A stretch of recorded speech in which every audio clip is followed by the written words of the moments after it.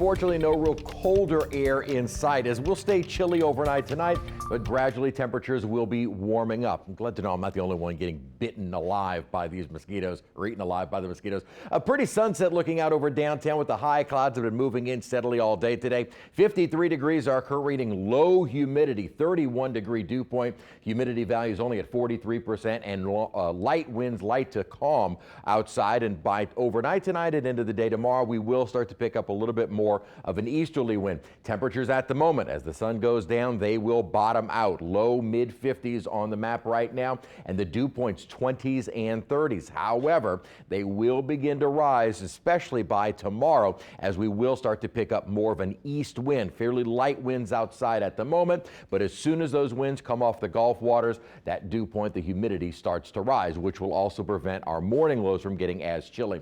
46 degrees at Kenner this morning, so we were below the average and well below average for our afternoon high, and North Shore temperatures were just at or right below freezing. Tomorrow morning is going to be kind of a toss-up as to whether or not we actually see freezing or near freezing temperatures, as the cloud cover will determine that. If it gets a little bit denser, we may not get as cold, but certainly getting close enough, I think, for some patchy frost. I'm still showing the little snow graphic here, optimistic for Christmas, but it ain't happening. We will begin that warming trend, turning a little bit more humid through the end of the week and weekend, and at times through the weekend and for Christmas Day, showers and some thunderstorms. The coldest of the air is starting to retreat back up toward the Great Lakes and eastern Canada, so we overall across much of the nation are beginning a warming trend. So the real bitter cold is leaving much of the nation. We'll see some of that moving across parts of the Mountain West as we head toward the weekend. But for us, we're going to begin kind of a warming trend, but not dramatically so.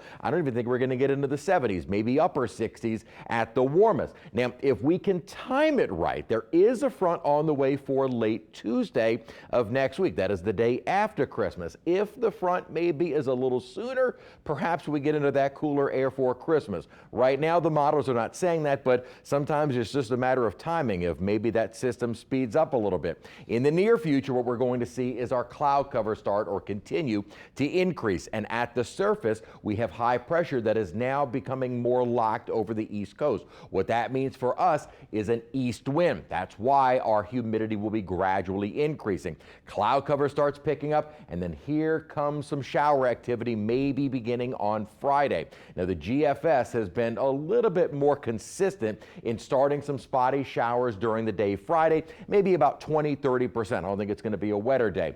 Building up toward the weekend. Saturday, I've got about a 50% chance for some showers moving our way, continuing on into Sunday. Then for Christmas Day, here is an approaching front. May get into the rainfall kind of early on Christmas and then start drying out. If this front may be a little bit faster, perhaps, and actually looking at the analysis now, the GFS almost has the front right in through here. So maybe Christmas night we get this front approaching and perhaps temperatures start dropping. So as a matter of fact, when I built this graphic, I was analyzing the earlier run of the GFS, and that's where my fronts are. So this is a new analysis, and actually now the front would be almost right over us by 7 o'clock on Christmas night.